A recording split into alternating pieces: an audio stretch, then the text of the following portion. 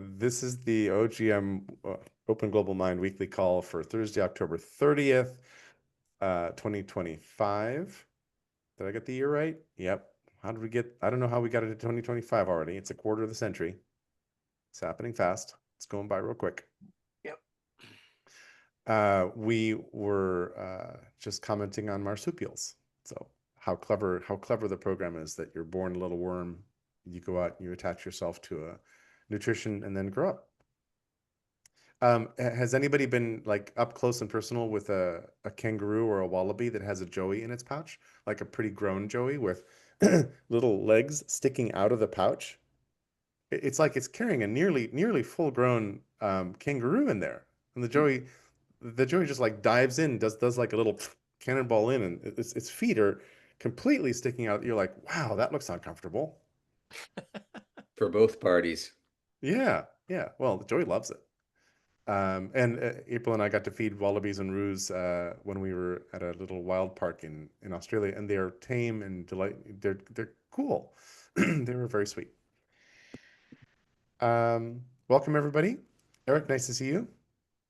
Even though you're on a call right now, we have as our topic how to render crony capitalism obsolete. Which, Mike, was it your thought last week? Well, I was talking about crony capitalism. We did a lot of wordsmithing and got lots of good ideas on which piece of this to dive into. But for my money, crony capitalism and disinformation are two of the drivers of all the bad things that are going on in the world right now, whether it's wars or Trump or repression of human rights in country after country. It's what you got to do if you want to maintain that network of dark money and illegal activity. Was there no crony capitalism under progressives? Oh, no, I think Maduro considers himself a leftist. I would think that the MAGA critique of the left is that it was crony capitalism Well, of communism the in some current ways. of the progressive American left. Well, we got That there we were got at least two different themes here. We got one is capitalism and one is yeah cronyism, and maybe you want to take socialism in the mix too and combine them in various ways. perhaps I'm Well, open for well, I think framings I here. think crony socialism is a form of crony capitalism because it's all about the capital. Follow Hmm. the money. I mean, it's socialism in air quotes. Yeah. I mean, Marxism never got a chance. And certainly what's happening in Russia, for example, is crony commu capitalism or something like that, because the Siloviki is the name for Putin's former buddies from the FSB and the KGB and all those things, who basically went out and own a lot of the when they privatized all the enterprises, a lot of those people went out to run those enterprises, and they scratch each other's backs. And I think one of the reasons Putin has such control over Russia still, even though he's eaten more than 1.25 plus million Russians dead in this conflict, is one of the estimates, which is astonishing to me. They only lost like 20,000 people in Afghanistan after 10 years and they left. So the numbers are completely staggering to me that many Russians can have died and this is still a thing. But I think the Slovakia are a reason why he can stay in power. Jerry, why would you remotely call that communist? It Because doesn't it seem to be seems like anything communist about it anymore since the fall. I yes, except there's like this. It's like there's a German term Ostalgie, which is nostalgia for the old Ost regime, the former East Germany.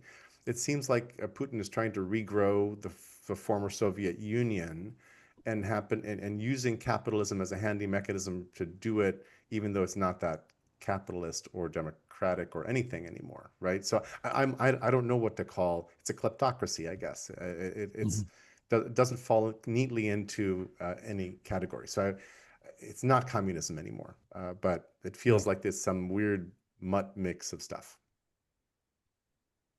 Just to correct a statistic, Jerry, the 1.2 million number is casualties, not No, I death. thought it was dead. There's an estimate that's been growing ever since the war started, and it crossed 1 million a while ago. It may be a Ukraine biased estimate, but it's not casualties. It's dead. No, it's CSIS indicates that it was up to 250,000 people dead, total casualties. Well, and that this was a couple of months ago, but Okay, yeah, it is. But 250,000 dead. I mean, I mean, that's that's incredible. still huge. Yeah, yeah. And they have half the population of the U.S. Yeah, that was So as of June in the Guardian. So our topic is crony capitalism, and we don't need to. I dragged us into Putin land because I was trying to figure out. So what is this thing? How to that seems to be a version of crony capitalism on It's the the most planet. extreme version, I would say, other And, than maybe North Korea and I guess and North Assad's Syria. Yeah, but I don't think North Korea would claim to be capitalist, where Russia would claim to be capitalist now, right? So, Mhm. it is, I think, the most extreme version. Uh, s- and I wanted to bring into the conversation pretty quickly people like Lawrence Lessig Hmm. and his Root Strikers efforts. Hmm. Lawrence has not had much success over the years, but he's been fighting the noble fight against exactly these kinds of things for years. He lost Eldred versus Reno way back in the day, which was a copyright case that went to the Supreme Court. That was a terrible loss. I really regret that happened. Copyright The just kept world getting would have worse been and worse different. after that. Yeah, world would have been different. Exactly. But Uh, even while he was doing that, I was convincing him that that's not gonna work. I mean, the corruption caused by the copyright industry is what's driving the politics of copyright and the policy. It's blatant corruption. I mean, it's really, really bad how, I mean, these senators and congressmen are promised great jobs when they leave and they end up, $1 million a year jobs running trade associations for RIAA and Motion Picture Association of America. But also just, I mean, it's incredible how they invite almost every White House staffer to movies at their special exclusive preview theater 5 blocks from the White House. And it's not that they're just focusing on the people who make the policy. They're blanketing the so that everybody thinks the movie industry is the most important industry in America. so I'm curious. Let's pause what we've said so far and let's get a little read of the room under the topic of crony capitalism. What paths would anybody like to take into the topic? Uh, l- let's not assume away. Go ahead, John. All right. So this is, I will admit, big. I mean, so I We have never go for big. What are you talking about?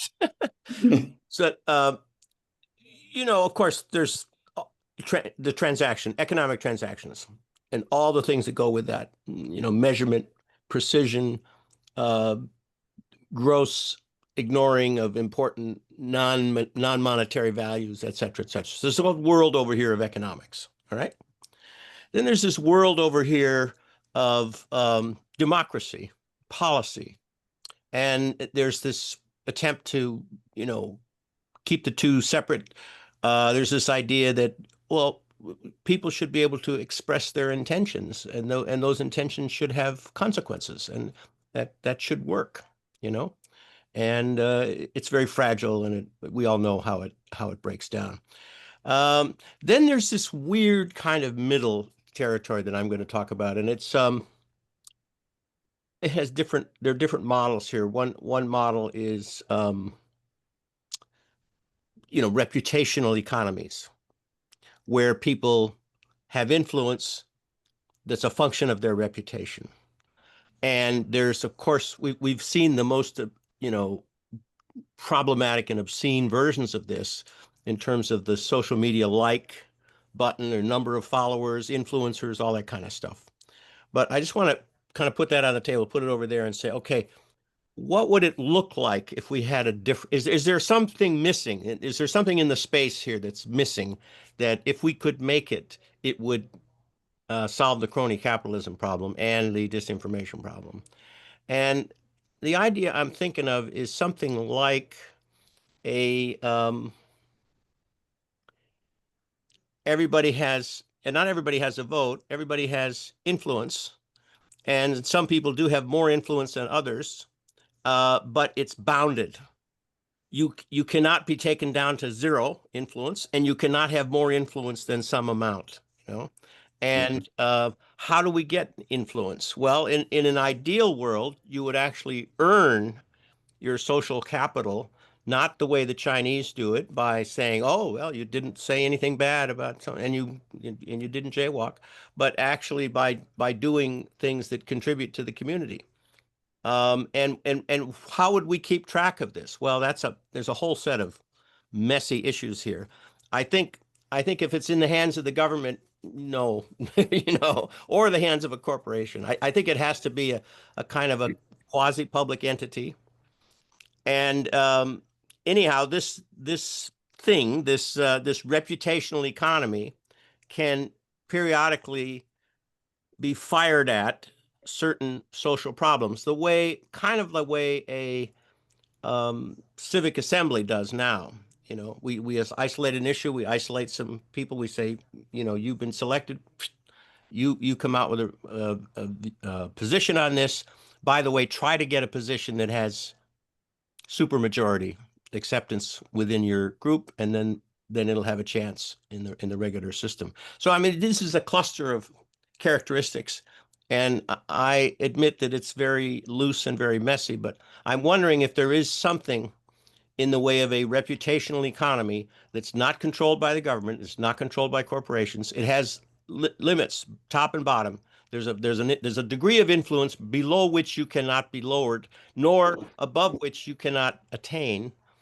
And that does have some input to something like what we would call an election, but not with the binary decisiveness of our current elections, more like a tuning, more like okay, it's October and we're now going to tune, and guess what? This thing you're trying to do, it's not, you should do something else. It's some kind of way of nudging the public sphere with the reputational economy. Very messy idea, I admit. Well, that's okay. Yeah. John, have you looked at liquid democracy? Like I have, the attempts to do it? Is there an overlap there, or are you talking about something quite different? Yeah, there's an overlap. Yeah, and there's the I'm not recalling whether the version that I looked at had the reputational assignment. In other words, like you pick somebody who has your vote in certain areas. Is that also part of liquid, or is that something else? I think you kind of proxy your vote, or at least you sort of join people whose opinions you agree with. Yeah. And that sort of moves, and then you can see how many people are going around the different opinions. Go ahead, Eric. Correct. I used to be in a pirate party that was actually building on literally the software system that would do this. Yeah. Thanks. So go ahead, John. Okay, so just I mean, I know that it's very messy raw material, but it's just raw material from which to potentially build something that is in between civic elections and economic transactions. But that has also, I wish our friend David Boville were on this call, because he did a lot of work in liquid democracy early on, is quite familiar with it, et cetera, et cetera. Yeah. I also wish Grace were here, because according to Kalia, a lot of the work that she and Grace and others are doing with identity systems and other kinds of things, I think, move toward what you're talking about, John. Yep. It would be interesting to know. Gil, please. Yeah, thanks. Well, let's invite Grace and Kalia and other folks back for a specific call focused on that, perhaps. John, what you say is messy and fascinating at the same time. I can't imagine how you think about something that's not controlled by government or corporations, since those control each other. And I'm not sure where cancel culture fits into the scheme that you're sketching, but all that aside, I wanted to respond to Jerry's question about the framing. I think we need to look at, if we're looking at crony capitalism and these phenomena, we have to consider what of these arise out of capitalism and what of these arise out of cronyism, which is maybe an innate human quality. in human cultures, or maybe not. But where do we see that, and where do we not see that? So I want to tease those apart if we're going to look at these, because I think each of them offers a very rich mess, if you will. And just by way of housekeeping, I'm going to switch to phone at the half hour, and I'll go off the call at the top of the hour. I got a doctor's appointment, but I'll stay with as long as I can. And thank you. Awesome. Did you want to dive into the separation you're looking for more? I don't know. Well, I don't have anything formulated on that, but I think what the phenomenon that we're talking about arises out of both of those. And so I guess where I go is the question pardon me, the question that I ended with, which is, to what degree is cronyism a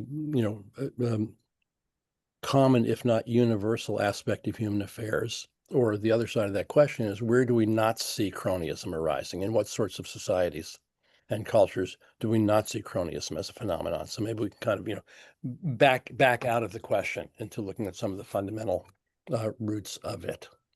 And then we can get to, does capitalism, or modern capitalism, or American capitalism give rise to more of that? Or what are the phenomena that have more cronyism arise or not within the variety of capitalist societies that we have currently on the planet? So maybe we need to redefine our definitions a little bit too. Is cronyism when significant chunks of business or control or power are given to our buddies and allies? Is that the definition of cronyism? Meaning, we always try to vote for people we like, et cetera. I mean, the human relations are all about who you trust and who you're gonna, bring in to do stuff. The question is, do they get the rewards? We do favors for our friends. We bend rules and protocols and so forth for people that we like. So we used to have the spoils system in this country. The spoils system was, to the victor belong the spoils, is the saying. Winner, and if you won the election, you got to put your people in everywhere. And then we created legislation to stop that. I mean, we're mixing a lot of things together, and yes, and they're all interrelated, which is why we have to discuss the whole picture. But you just pointed out that there is cronyism in government, and then there's cronyism in the marketplace. And in both cases, the test of whether you have crony capitalism is whether friendships are more important and alliances are more important and have more impact than market forces or good policy. And it's hard to draw that line, but that's kind of the test that I use when I say, oh, well, that country is characterized by crony capitalism. They're clearly doing bad policy that favors a few people and generates a lot of profit for them that they have no right to have in a fair, free market. So the two are related. You can almost think of it as a circle where the policy is decided, that allows and enables projects. Projects enable profits for the select few. That then influences the policy all over again. So the money is changing hands as it goes from the government to the people who are implementing these projects, which, because they often have a monopoly or have some other way to control competition, they get the huge profits, and then they buy the legislature and hire the prime minister's son. I mean, it's a never-ending circle.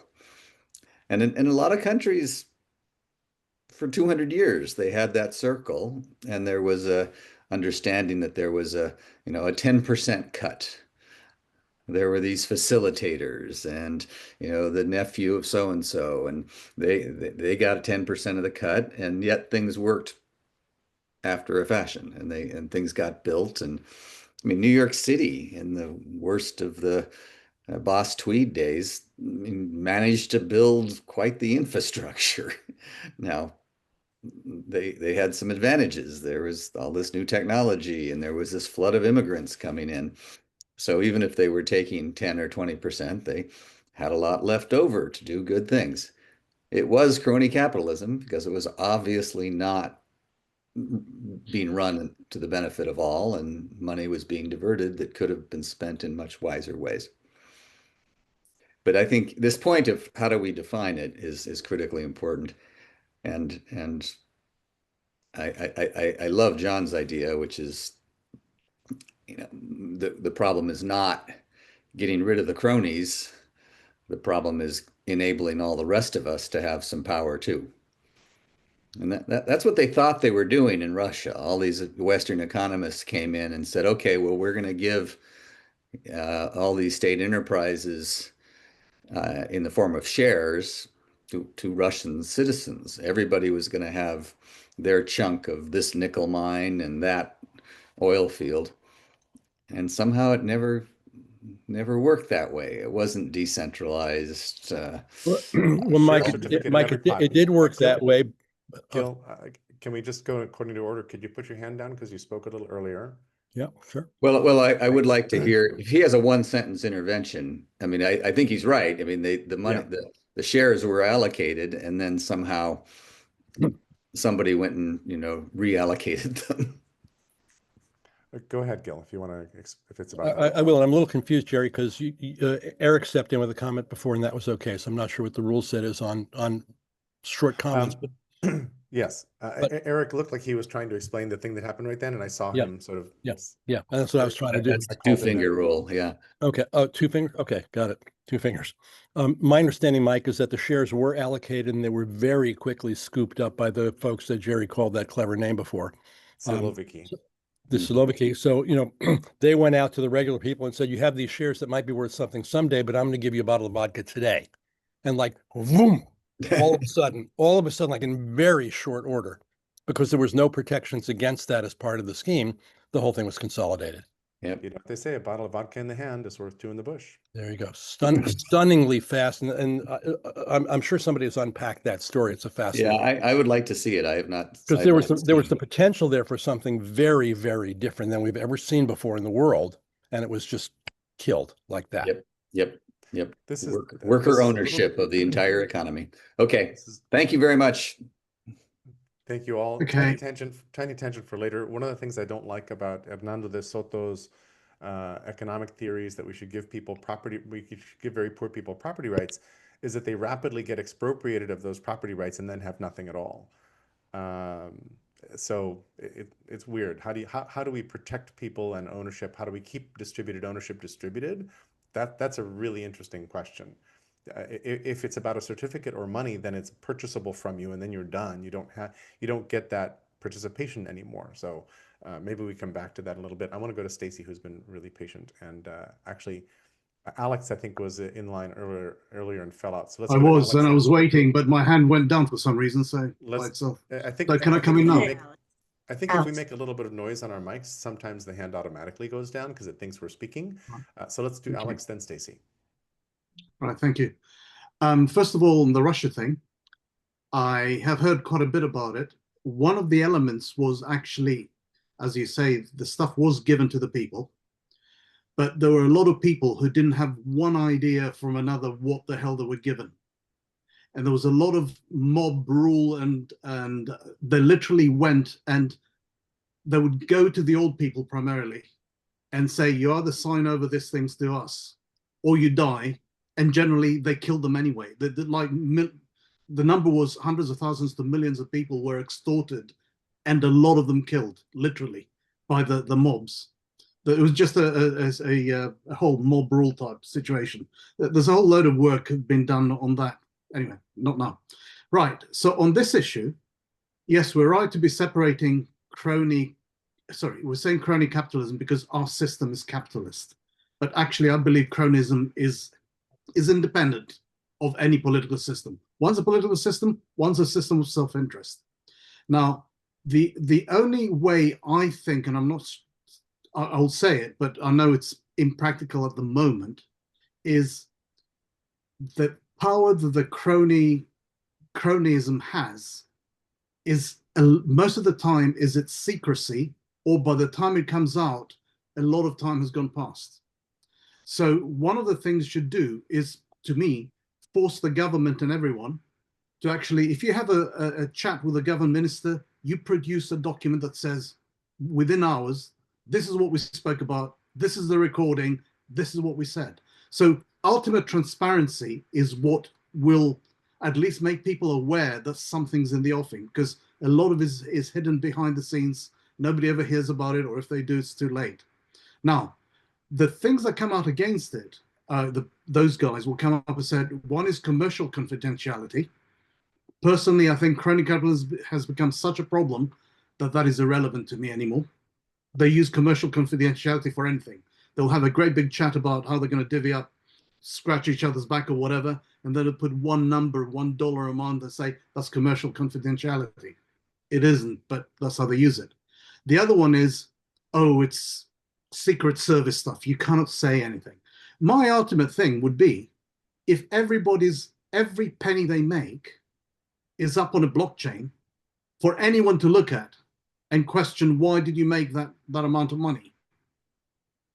It's not comfortable, but at least we'd have a hell of a lot of information and be able to say, why did this guy get this contract and made a few million out of the side there when the contract had nothing to do with it? So is it practical? Could it ever happen? I don't know, because these guys are pretty good at covering the tracks under the name of secrecy. So, but the blockchain could give you a lot of transparency. Even if you don't go down the commercial route, if every government, senator, whatever, minister, every officer, every time you spoke to someone, you had to say what you spoke about, and here's the recording or the notes of it, out in the open, within seconds, then I think a lot less would happen. But who am I to say that? I don't think it'll happen. A couple items there. The government of Estonia, when they got their country back, went all electronic. They were like, screw paper, and we're going to just go electronic. And they did a bunch of very innovative things. They had a platform for a while. I didn't have time right now to check whether it's still active and going, but called X-Road, X-Road, which they were actually starting to sell to other countries as a platform for government. And I think, I'd love to fact check this, I think when they started, every elected official had to post their calendar online. And then my friend Andrew Richer was trying to run for elected office in Manhattan years ago. And he and Micha Sifri were trying to get, one of their agenda items was, we just want people to post their calendars. We want the elected officials to post who they're meeting with. That's it, who they're meeting, and could not get that through. Could not get open calendaring through as a small issue in an election cycle, blah blah blah blah, because who you meet with is one of the things. When oh God, not Scalia, when Clarence Thomas was being outed for receiving a lot of gifts and things like that, he was going to these retreats. The retreats, it's not the money that matters in the fancy jet. It's the fact that those are places where people get to corner you and have conversations with you. It's the conversations that matter, not so much the money and the other goodies. So all these things are it's possible to legislate. It's just that you can't get people to do it. Now, it could be that humans in America and other countries are really ready for a radically more transparent government, and that would be part of a platform offer for a new party coming in. I would like that. I think that'd be really pretty cool. But we're going to get rid of this kind of stuff and do it in this other kind of way. Stacy, thank you for your patience. The floor is yours. I want you to go back and speak to the human part of the question from the small and local. So when we go to our friends, it's usually because we're looking for a bargain. When I became president of a condo association, we had a rule in place that if you lived in the building, you couldn't do work in the building. Well, we had a contractor living in our building who became my vice president, and I changed that rule. He was allowed to do the work in the building, but we got the family discount. And we showed all of the materials that he bought We got his contractor's discount. We showed that. The people in the building already trusted me. I had given them a lot of reason to trust me. Everything was there. We saved a lot of money by using him, and he got the benefit of getting the work. It was his home. It was our home. There was a mental thing going on where we all belonged to the community. When I look at what's happening in New York City, and I'm involved in discussions with Mondami, and I have people saying all these horrible things, and this is socialism, blah blah blah. And I point out to them that this man has 90,000 community members working together, and they will bring up theft. And I say, well, this sounds kind of silly, but when you feel like something belongs to you in your community, even if you're going to steal, you usually steal from outside your community. There's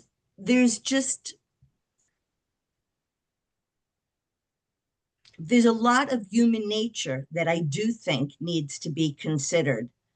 And I just want to say that I've had many conversations with many people, and there's only two sectors. One would be the entertainment industry, and the other would be in like finance, where repeatedly good people have said things that go like this.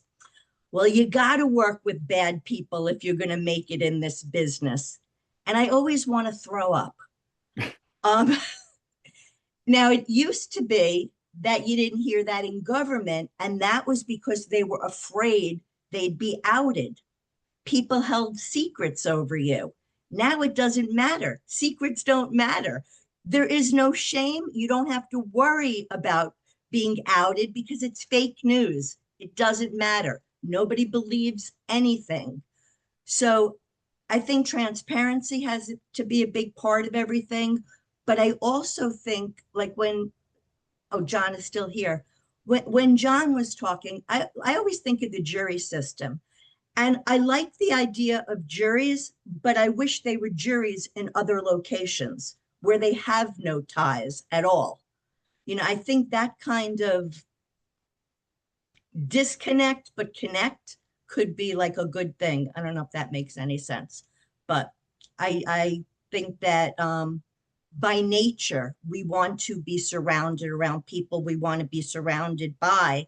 And that part's a good thing, which is why we give business to those around us.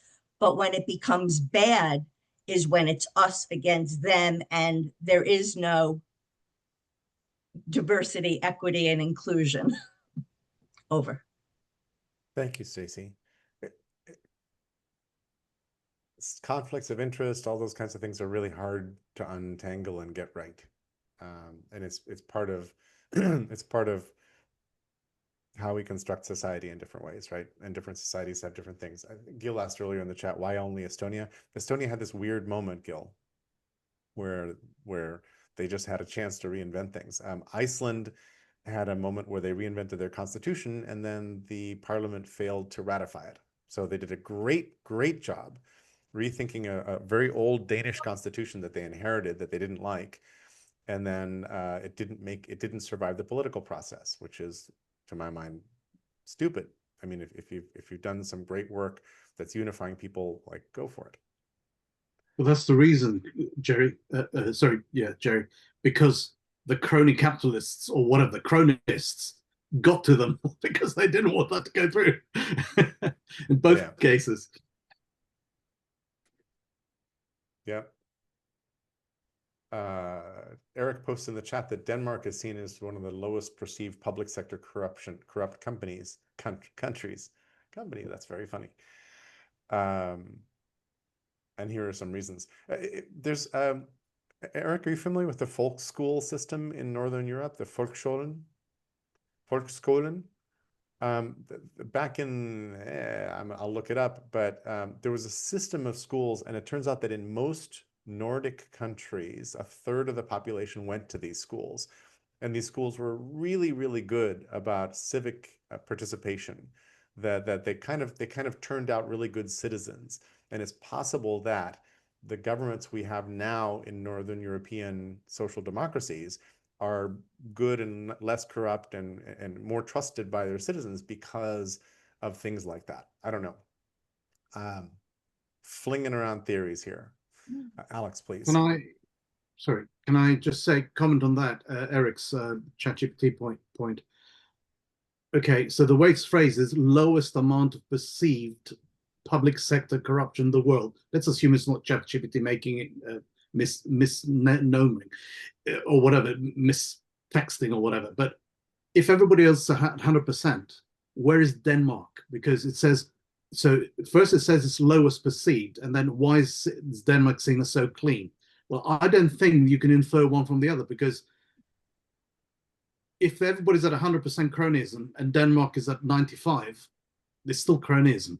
So what is the qualitative or quantitative element of that statement?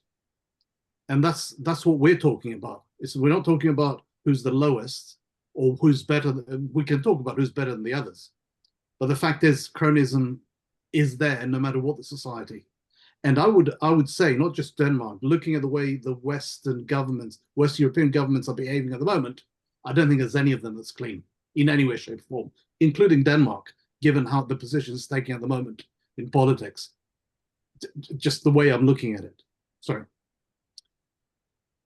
And I think the other thing we want to know is, how are those numbers changing?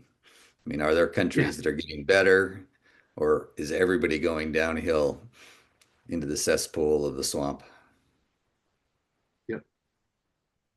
Eric had posted some useful links earlier about Transparency International and a couple other organizations. And I think that the transparency info about the surveys of global transparency are still pretty credible and pretty good and useful guides. And you were about to jump in and say something, Eric. Go ahead. Yeah, I didn't find a hand gesture symbol anywhere. It's all right. It's under the heart if you're on a Mac. Okay. So indeed, those. I just want to say a bit of the whole picture that I sent in those few links, because that's just links. So one part of it is Global Action Networks. That's a guy, Steve Waddell, he wrote about it. And his principle is you have to work with all different actors from the different worlds to solve a problem internationally. He gives the example of the diamond trade, where in order for it's like a slave trade most of the history, and they started cooperating with the ones that sell diamonds in Antwerp, for instance. There's a big diamond sector, to then create what is it, I don't find the word. The trust mark. Yeah, a trust mark. There's another word for it, but let's say a trust mark. And any diamond mine then can get it. That is not working with slaves anymore. And then they have to also decide, do we work then? How do we change those other that are still working with slaves? So they have to also start working with the ones that are still working with slave trade. So there's this in-between place as well. I think Denmark is perceived as one of the better ones. It's still not free from corruption, but it's a place to look at. And by what Transparency International does is looking all over the world. It's using indicators to see like who's doing what on which of the aspects of transparency, what's in order, what's not, and they're updating yearly a list of, are these countries behaving in a transparent way or not. And then there's another one which is circularized. They actually, in the whole value chain, it's very sensitive to share information, because once you're going to say, once you're sharing information about any part of your value chain that is not behaving according to ethical values, that's also not good on your shareholders, and it will create an immediate backlash on your, on your economy, on your business. So they do it in a way that's secure, that's private.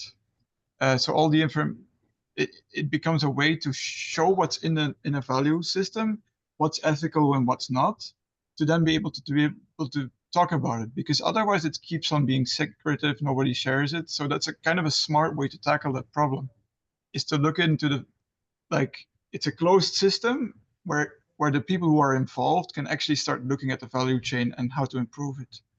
I think that makes much more sense than just say, show every penny. That's idealistically, that sounds good, but it's not practical at all. It's really not a realistic way for companies to evolve. And that's also this point about the slave trade. Like, you have to start talking to the people who don't do it well to be able to change them and work with the enemy, work with the bad guys to make them less bad guys. That's a principle we don't like. We don't like to make our hands dirty as idealists. There's this other guy, Kahane, who says like, yeah, there's power and heart, and they need to come together, a love and power. You also need to be able to, yeah, if you're wanting to deal with power and how to change it, you'll have to go into the places where it hurts. That's another part. There's more aspects, but that's what my mental alacrity allows for the moment. Thank you. I think you mean Adam Kahane, and yes. And his book is Power and Love: A Theory and Practice of Social Change. I think yeah, that's and what they to. Yeah, and their consultancy agency, so both Steve O'Dell and Adam Kahane have been in the same consultancy agency. I don't remember. Rios Partners. It's Rios Partners, which is now owned by Generon. Yeah, well, probably Rios Partners also did some evil things, but they also have a lot of really deep multi-stakeholder processes that did make sense and that did change things. Adam Kahane was involved also in the process of South Africa when they changed from an apartheid regime, which is kind of still there, but it's also kind of better. I mean, everything is gradual, I think, in changes. Thank you. Thank you for bringing all those things into our conversation. Really appreciate it, Eric. Alex, please. Thank you, Eric. Very interesting. The thought that came to my mind is that what you're describing is excellent, is happening, is changing the, let's put it, the influence part of crony capital or cronyism, the influence part, because there's influence, but there's also criminality. And everything you described there to me helps with the influence part. And by no means that's a great thing to do. But I would like to, what came to my mind is, yeah, that addresses the influence part. But the criminality is a big issue. There are criminals out there making things happen, right? And it influences politics, it influences policy and everything else. It's not just the elective, what are we going to call it? The normal things, non-criminal things. There is criminalism in crony capitalism. So if you go to Russia, there's criminalism there in addition to crony capitalism. I would argue there's criminalism everywhere, but it's a bit easier to see it in Russia than it is to see it in the US or Britain or whatever it is that we are. You know, it's sort of, I could tell you things about corruption, but anyway, never mind. So that's the point I was trying to make, is that there's probably more nuance. But I liked what you said, Eric, because it addresses the normal, safe version of cronyism. Just to build on what you're saying, Alex, there's also a trend to legalize a lot of things that you would see as immoral or crony or whatever else, just by passing laws because you have enough power, that things that you would normally not have allowed to have happen are suddenly not illegal anymore. They're just not things you want to see happening. But that happens in regime after regime. Once you get capture, once you get regulatory capture, you can effectively sort of whitewash what you're doing a lot. Eric, it looked like you were going to jump in again. Yeah, I can't find this hand symbol still, but not the one that puts up my hand actually. Yeah. So yeah, I just want to give an example. Like, I live in The Hague. The Hague has the International Criminal Court and the Criminal Court of Justice. The big problem is, like, on an international level, it's very difficult for law to be effect. Like, Netanyahu has been on the list of, like, you have to bring him over to the International Criminal Court of Justice if he passes in your country. That doesn't happen. And that shows like how difficult it is for an international community to actually live according to laws on an international level. It does work a bit, but it also shows with how our countries, they seem to be better because we're democracies, but then when push comes to shove, we actually also become a bit crony, even on that level. And we are, I mean, the Hague for me is very hopeful in one way because they actually do that. They actually put him up as a criminal. On the other end, I'm also very close to Rotterdam, which is one of the biggest drug trafficking hubs in the whole world, which is irony, like it's everywhere. And it's kind of, and the Shell headquarters, like right around the corner. So it's all happening together so close to each other, which is kind of crazy. This kind of lawfulness, lawlessness. It's happening in the same place at the same time, like 500 meters from each other, and it's the absolute opposite as well. I mean, this is this opens up so many interesting questions because what you were just saying made me realize that I have a thought in my brain. Trump and Putin are acid tests of the world's legal systems. That if the legal systems can't stop people, and that's supposed to be the recourse within the system, then what does? Who Doug, said you're that? muted. Pardon? Who said that quote? That was me. That was just the way, that was a label I gave a thought in my brain, which I'll post into the chat now. That's very wise. Very good. Very quotable and tweetable. Oh, good. Doug, you're muted. Go ahead. Yeah, I just I think there's a tendency to conflate legal system with a set of morality, ethics, and values. And they are not an equivalency. A legal system, if you look at the definition of law, it is a system by which a society or state or other defines a set of rules that apply to all, and that defines the penalty when broken, breached, or violated. So the emphasis of, definitionally, the emphasis of law, what a law is, and what a legal system is it's a system that defines a set of rules and defines a set of penalties for violating them. There is no intrinsic thing that says a legal system has to be moral, ethical, fair, or righteous. So to your statement, Jerry, I don't think Trump and Putin test legal systems. Trump and Putin are just varieties of legal systems. They just happen to be totalitarian, authoritarian. Their law governs and everybody else marches to the order or gets shot. The common law legal system, the quaint old institutions, legal institutional structures of what used to be the United States of America, purports to carry and bring values and service tos and all sorts of plugins and add-ons and layers. But that's not strictly about the legal system. It's about, in whose hand it's being wielded. And with that, I'm complete. Thanks, Doug. Partly what I meant was when Trump was out of power in his interregnum, post his first administration, he did not control any of the mechanisms of power. He had amazing referent power within the Republican Party that played out like crazy, played out just right for him.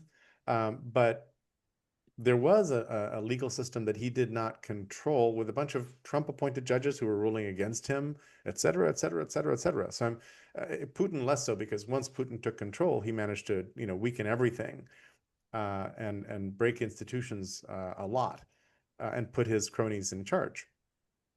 But I'm between what Eric just said about the International Criminal Court, which I'm slightly aware of how difficult and futile the work of actually bringing people to justice is worldwide. Worldwide. I think I mentioned here, Mark Goodman is a consultant on crime. He used to work at FBI, then he worked at Interpol, and he gave a talk at the Institute for the Future years ago where he described how to communicate with one of his peers across the Atlantic, he had to go through channels. His message had to sort of work its way up, go across, work its way down. And then he said, and our enemies are just using email. They're just writing to each other, or Signal, or whatever. I mean, like, encrypted messaging, right? Our enemies just write each other, and you could hear an audible gasp go through the audience. Everybody's like, "Fuck! Wow, we're really screwed." Like, if we're forcing enforcers to go through channels and hindering their every effort to do stuff. Wow. And by the way, it's real easy to pass laws that cripple efforts to corral bad actors. And when bad actors when you get capture, how do you avoid, I think maybe this is one of my particular fascinations with this question about crony capitalism, is how do you detect, avoid, and then undo capture of systems? Gil, please. Yeah, I think that's a really important question, Jerry. The anti-corruption mechanisms that we've put in place over the decades came from good intent, but they get ossified. When I was CSO of Palo Alto, I couldn't talk to city council members outside of council meetings unless I had the explicit approval of the city manager.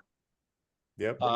And no more than two of them could talk together. If three of them talk together, it's a violation of some state law.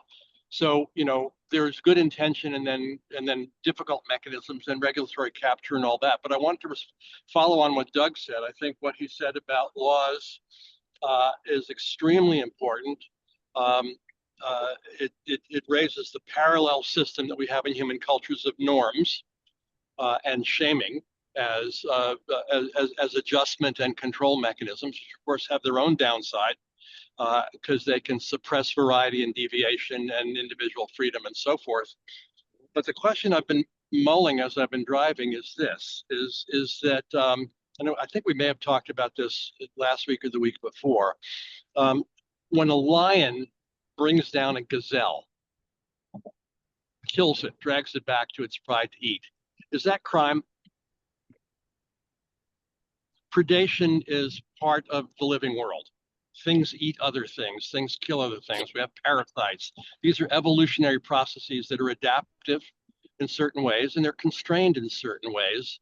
And is what we're talking about just that, an organism or an entity striving for advantage and benefit, which all organisms do. And there are various countervailing forces, biological in the case of the non-human living world, institutional and cultural in the case of the human living world. And this is a constant dance of coevolution, and any thought of ever ending it is folly. And the question is, what dance moves do we make to have the dance be something that we like? And I'm complete with that question. And actually, I'm not complete. I'm in the thrall of that question. Let's see where y'all go with it. Thanks, Gil. Thank you. Where do we go? Why don't we go into silence for a moment? We've gone very quickly through a lot of things, and we keep dragging large issues into the conversation, which I love, but I find a little overwhelming now and then. So let me go into silence, and I'll bring us back out in a little moment.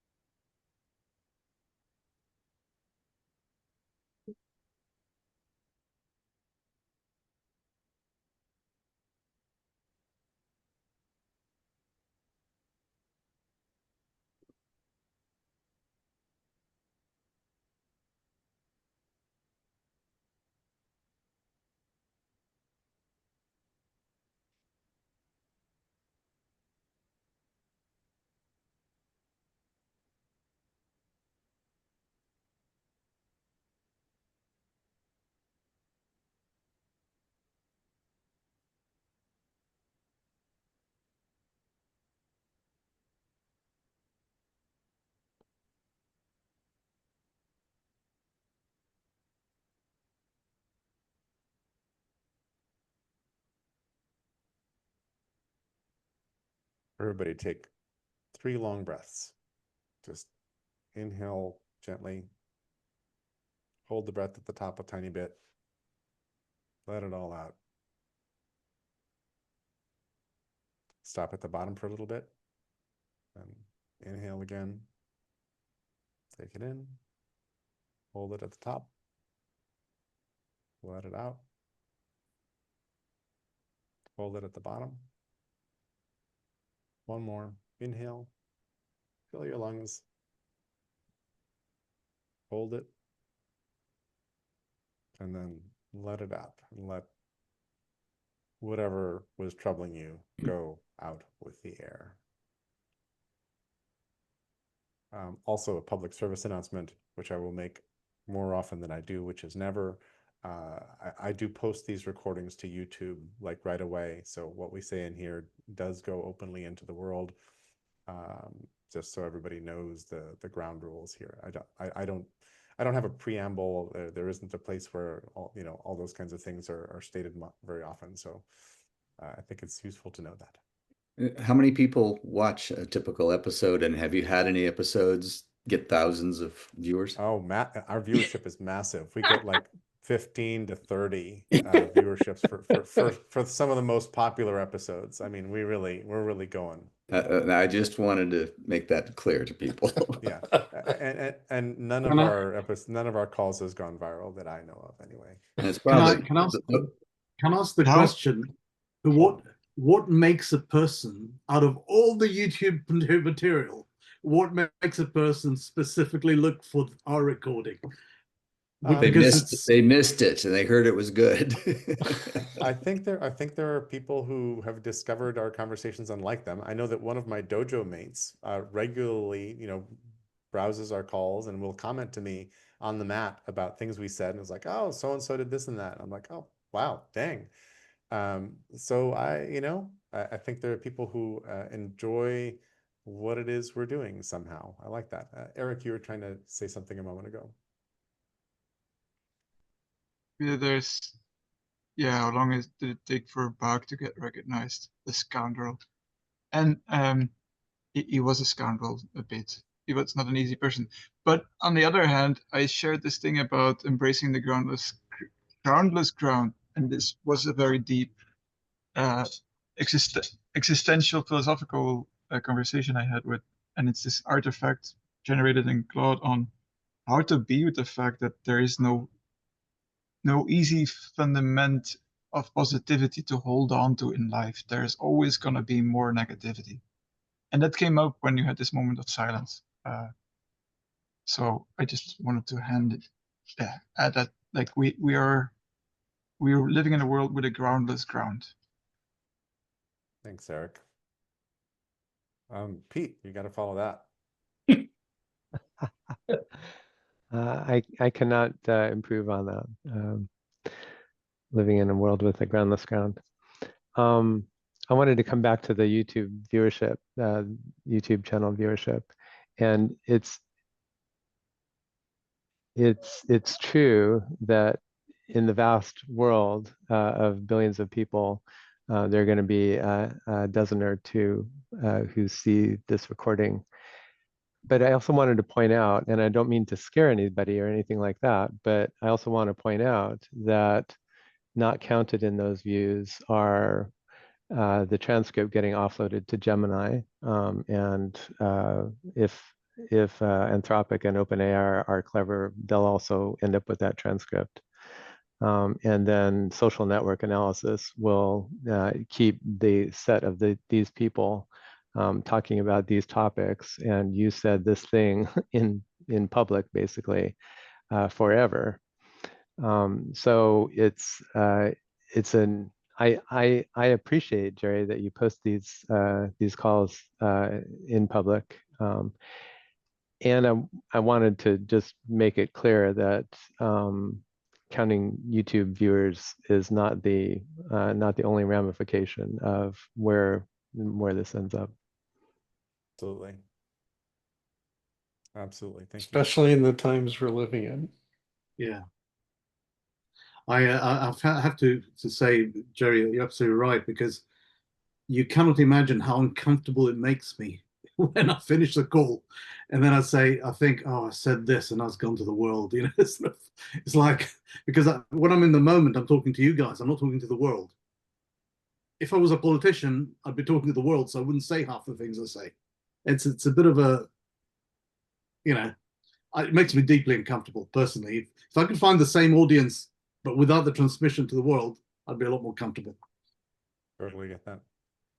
In days of old, when I got out of grad school, before I started my first job out of grad school, I had a brief consulting engagement in Buenos Aires, Argentina, for 7 weeks. So I went there and did some really cool work and made some friends who told me stories about the dirty war. And the stories would go roughly like, you know, you'd be in a cafe with your buddies, and all of a sudden somebody would say, hey, the federal police is here, and everybody would just like leap out the windows and race to get out of there. Like you did not want to be corralled. And then if they sort of caught people, they'd go to your home. They didn't necessarily need a search warrant and things like that. They'd go to your home, or they'd just pick up your address book, and they would ransack your home. And if there was anything lefty in your home, and the best musicians of that era joined the Communist Party as protest, and then were basically forced to emigrate out of Argentina and Chile and Brazil. So a lot of them ended up in France and became really brilliant musicians and came back later to triumph. But if you had a record by Mercedes Sosa or Caetano Veloso or something like that, you might be disappeared and pushed out of a helicopter over the River Plate. That was happening. But then they'd grab and I'm saying all this because then they'd grab your address book and lather, rinse, repeat. They would basically go through your private contact list in your address book.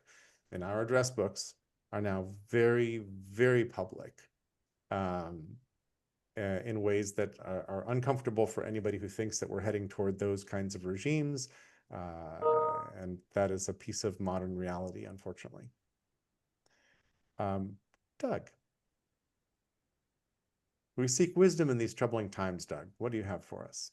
Well, I was actually, I wanted to respond where you just went, but also to respond to where Alex went with that discomfort thing. And I was, and my question is, what if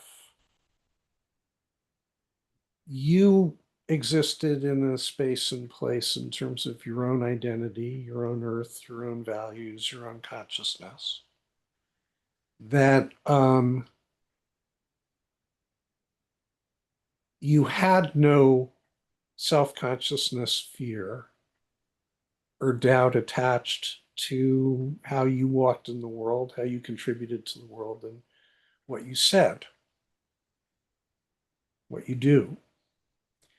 And I'm having a very rubber meets the road moment around that question with my partners in being in systems at this moment. So one of my partners and I found ourselves deciding with a new, relatively new client to, with a little bit of a précis, to send a transcript of our last discussion about that client. Unedited, unadulterated, unfiltered. Because both of us, at the end of it, looked at each other and said, there's nothing in there that isn't 100% in alignment with our orientation, our values, our being in service to. And our difference, because we're being in systems, the focus is on the being part, not on the systems part.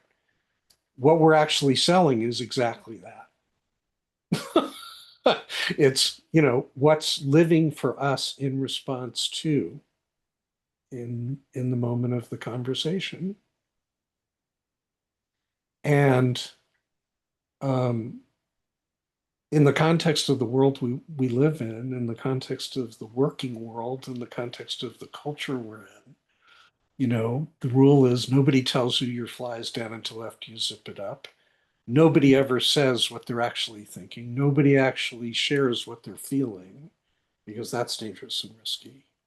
And I'm just sharing this because there is an alternative. And consistent with that, I also don't carry fear in these kinds of spaces. I've been online in Zoom rooms and recorded sessions. Some posted, a lot posted, most posted, a lot, some not. I'll stand by me, and I'll accept consequences if the world and culture and society I'm living in decides that it doesn't like me. I'll live with that too. So anyway, I'm complete with that, but it's just, yeah. Thanks, Doug. Thank you for that, Doug. There's a difference. When I listen to you, I hear wisdom. When I listen to me, I don't hear wisdom, I hear my thoughts. And my thoughts, from experience, my thoughts are not exactly standard. You know, I tend to talk to a lot of people about, I talk to the left, I talk to the right, you know, and, you know, have a lot of non-standard things. Anyway, but sorry, Jerry, I was going to talk about that a bit more, but we've gone away from the Crony thing. So do we want to go back there? And so I don't have anything to say on that. I just wasn't going to say anything more. Why don't you put your thoughts into the room right now, and then we'll take a little temperature reading about where we are on the Crony topic. Okay, my thank you, Doug, for that again. I'll say it. The back of my mind, the biggest fear is that a lot of the analysis of what people are saying and what they believe in is being offloaded ultimately to AIs, but even before AIs came along, to systems. So my biggest fear is that my name or your name or Jerry's name or whatever appears in some list because there are keywords that were used. And then, you know what bureaucracy's like? It's systems of bureaucracies and people. They don't know you or me. And then they'll say, oh, okay, I'll press a button there and he's under surveillance for whatever. And then before long, something will go wrong. That's what worries me more, particularly now, because it's so impersonal and so, I haven't told this group, but 2 or 3 times, back in 2010 or something, my parents wired me some money to Britain, right, from Greece to Britain. And the money was lost. I would call my bank, no, nothing's happened. I would call their bank, yeah, we sent it. So I actually, after 4 weeks or something, I went to the bank. I kicked up merry hell because they kept saying, we've got no record of the money arriving. And I was saying to them, but it was Barclays. Barclays here, Barclays there. They say they sent it, you say not. Anyway, so I really misbehaved in verbal means, and it's the middle of London. It's the international banking, lots of wealthy people around, and you got Alex effing and blinding and accusing everybody of stealing his money or whatever. Anyway, so off I went, really upset. And literally 1/4 of a mile away, someone tapped me on the shoulder. And it was one of the employees. And they said, I'll tell you something now. If you tell anybody else, so it's a few years now, so it doesn't matter. If you tell anybody else, I will go to jail. But your money's not lost. It's just that because it was over a certain amount, it's been flagged for analysis by the Secret Services for terrorist purposes. And he said, the problem is they've got such a backlog at the moment, it's taking them 3 months to clear the line. So you will get your money, but just wait 3 months, literally when they get through the queue, right? True story, I'm not making it up. And hopefully nobody's going to go back in jail, the person that told me. The advantage he has or she has, I actually don't remember the face or anything else in such a state. I actually don't remember what they look like. And guess what? Next time, it happened again. So my name must be on some list. Every time everybody sends me money from overseas, bang. Except now they clear the queue faster, perhaps. I don't know. Who knows? But that's what scares me. Crazy stuff. Eric, you found how to raise your hand. First, I want to thank you for that, congratulate you for that, the general applause, and then off to you.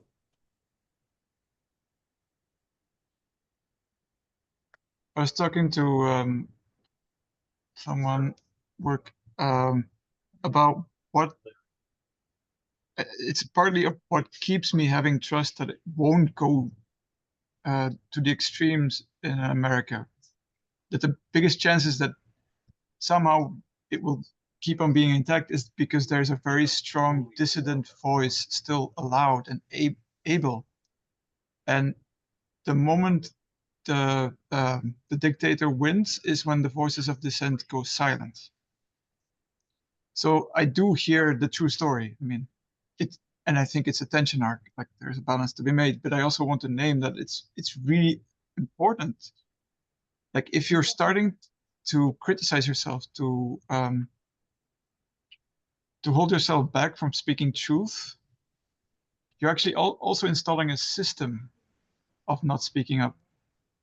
And I'm sorry for what happened to you as well. I mean, it seems to be a very nasty situation to be in.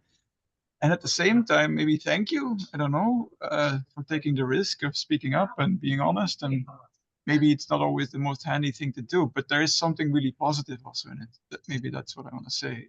It's maintaining the dissident voices, which makes or breaks the rule of law, and the dictatorship can be installed or not on a permanent level. There's this one country in the Asian country, I don't remember which one exactly, that actually overturned their dictator not that long ago, a few years ago, I think. And that was also because there was a very strong civic sector that kept on being able to speak out loudly the dissident voice. Mm-hmm. I think it was Thailand. Yeah, sounds right. And of course, there's the famous example of Marcos in the Philippines and how people power can make a difference. Mike, the floor is yours. I wanted to bring up the role of religion and how that has utterly failed to stop crony capitalism and corruption. I mean, it's really quite extraordinary. Even the Catholic Church and the Church of the Vatican, just riddled with corruption, and not little $100,000 stolen checks. And we're talking, hundreds of millions, perhaps more. And often it's just because one or two people win the trust of people who don't really want to deal with all the complexity of moving money. And they know how to move money, and they move it where they want, and often can cover up their tracks for years. The good news is, because we do have electronic records and we have more and more tools to spot these anomalous transactions, people are usually caught. But it is extraordinary that all this business about the Ten Commandments and thou shalt not steal, thou shalt not lie, it doesn't seem to affect people. And maybe we need a new religion. Maybe we need to start something that is more pragmatic and is very much focused on norms for good behavior. And there's some of that. I mean, George Washington was, from a very early age, obsessed with books on morals, and he lived it, and he really did live it, and that's why so many people trusted him to take leadership of the army and then take leadership of the country. I offer you Fubarism, which is a placeholder religion that I have founded. I put the website up. The question on Fubarism, which I think is maybe a good question for a future OGM call, is if you got to invent a religion, what would you put in it? There is a Church of Life, which was founded by two British comedians. And for about a year or two, it was the fastest growing religion in England. Yes. What was funny was it was all focused on the social. It was about getting people to come in on a Tuesday night and have a potluck and support each other. And the classes were not on biblical studies. It was on how do you do estate planning?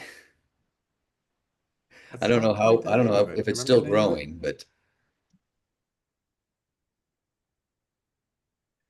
well, if foobarism gets off the gets launch velocity, I will definitely submit a petition that you be the first saint canonized under the foobar religion. Fabulous. Thank you. What was that? You know, What was that religion? Life, religion of life. Did you say? I think it was called Church of Life. Let me see I'm if I not can sure that's find the it. name because I recognize the story, but that didn't get me to it yet. So if anybody Okay, wants to look up what the I'll do a actual, little thank background. you. Beautiful. Um, Pete, please. Um, it's funny, Mike. I like that the first thing. I'm going to bring in religion, and I'm like, oh, thank goodness somebody's going to save us. And then, of course, in a way, the big organized religion, I don't know if I would even pluralize that, but the really big one, it's kind of the original crony commercialism thing. I mean, it's 1,000 years of basically, organizing and sapping people and conducting crony operations. And Mike, to your point, you said in there somewhere, taking advantage of people who want more simplicity in their life, saying, hey, I'll sell you some simplicity and it only costs some tithing and supplication and grease the wheels a little bit so that the big man is on your side. No problem.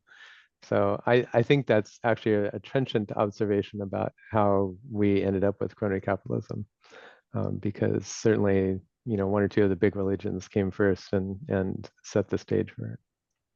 And you only need to go back and look at, like, let's just say the Borgia family and the papacy, or I don't know, pick a couple other little points in history to go really deeply into crony somethingism long ago.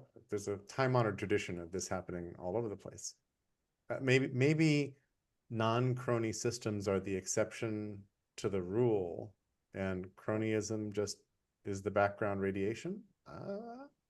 Well, as I say, I think there's a spectrum between the 10% cut, the 90% cut, and the 100% cut. Yeah. Stacey, and then we've got 10 minutes left in the call. I'd love to take some time just thinking about the topic and the call, and was it satisfying, unsatisfying, et cetera, just like feedback on this particular topic and process. Sunday Assembly sounds right, Pete. Thank you. Stacey. Well, I was really triggered when Mike brought up religion because I think it's a huge piece of this in many ways. I talk to lots of religious people, and so I would throw out three things that I think are part of the problem. One, it's going back to what I was saying about the secrecy and the blackmail, a large number of people suppressing who they are sexually, keeping a whole separate life, keeping all those secrets there, having to act out against the same group of who they are is a very big piece. Another piece of it is a large number of people are convinced that they can do anything they want to do here on earth because on their deathbed, as long as they invoke the name of Christ, they are totally forgiven. Nothing else matters. They are totally forgiven. And then the other part is the patriarchal piece. So I think it's all wrapped up there. I mean, and I have no problem with religion. I love the ritual piece. I love the community piece. I just think there needs to be accountability and transparency. And yeah, over. Thanks, Stacey. Thoughts about the topic and the call? I just want to say a big thank you. And I learned a lot about particular case studies, and I guess I was reaffirmed in my conviction that more transparency is probably going to be the most important thing here, and that a lot of our current approaches, like monitoring every credit card transaction that a city councilman has are not really the right answer. I mean, somehow you change the behavior, not try to document the behavior, which, I mean, a smart thief will find a way around such things. I'm really interested in how healthy communities rein in these bad practices, sort of, and I probably have completely naive ideas about that, but I'm very interested in how we self-regulate together and out the bad actors and not banish them, but call them in some way. I really like sort of maybe there's a future OGM topic also about call-in culture as opposed to call-out culture, which is a lovely thing. I have a draft post. Is that trademarked? There's a woman, hold on. There's a woman who gave a really nice TED talk about call-in culture. She calling in Loretta Ross. Don't call people out, call them in. I'll post the YouTube link in the chat. It's really good. There you go.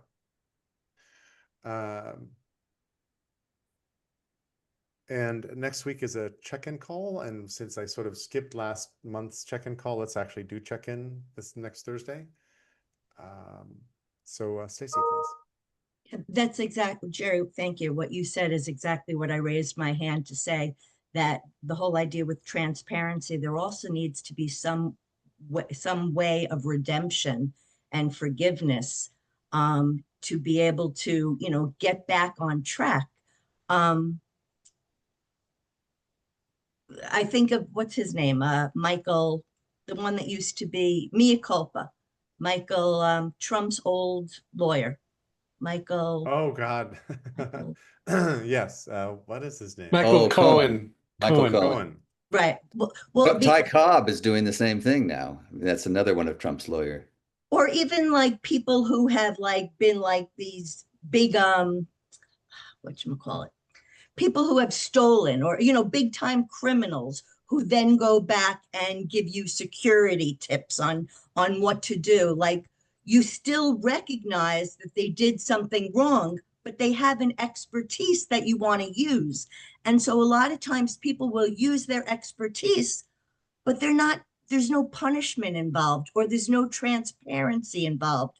And what I'm speaking to, okay, let me back up a minute. When I was talking earlier about people saying, well, you have to deal with bad people, part of it has to do with the fact of bad people often have good information. And so I think there needs to be a way to allow them to contribute. But they also, I think of somebody wearing a scarlet letter, maybe they need to have a scarlet letter that they get to clean up as they go along. So I just wanted to talk about the redemption piece. Love that. Thanks, Stacy. I'm just noticing that I'm going to have to wrap this call right at the half hour because I have a different call that got booked right after this, but we still have 5 minutes. So reflections, thoughts. I'm particularly interested in how a healthy society handles this. Go ahead, Alex. I just want to say I feel this is the best conversation we've had on a topic. I've personally learned a lot in different aspects of it. I really enjoyed it. Not that I don't enjoy the other ones, but I think this was a lot of quality stuff coming out today. You said best conversation on a topic, in any topic. Out of the ones I've participated in with you guys here. Wow. Well, you made it so, Alex. I'm not sure. Thank you. Yay. We're going to have to Breitbartize your thoughts coming back to you, so you don't think that when you talk, it's just stuff that doesn't matter. It's like, no. We love what you bring to the group as well. Eric. I think I'll bring in a symbol. It's a bit a touchy one because I don't really want to go into the World Wide Web, but still, because it matters so much. I know an NVC trainer. NVC is for compassion. And I actually know more than one that have traits of narcissism, or like what we call narcissism, because I think often it's has bad wording. And because of that, I started researching how to be compassionate with all these kind of personality disease disorders and all kind of dark triad things. And there is quite a lot of approaches that deal with it in a more compassionate way. It's not a simple way. It requires a very deep understanding of personal communication, of boundary setting, but it's actually also really possible and very undertrained. So there is a way. This Eric is the is a way. trained NVC facilitator, mediator, I think. And NVC is the worst named, highly useful technique out there. It's just a miserable name. But what kind of, if Eric, stop me if I'm getting this wrong, but what it involves is usually there's two parties who are aggrieved somehow, and you're trying to mediate between them. You try to get each party to articulate what the other party is said. It's about feelings and needs, and like, what do I really feel and what do I actually need, instead of saying this is what is wrong about you.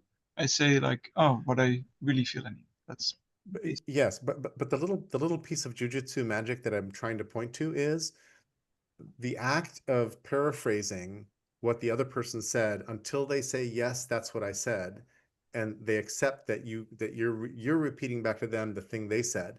That little act softens brains on both sides, and it's like a tennis match where both sides have to do that.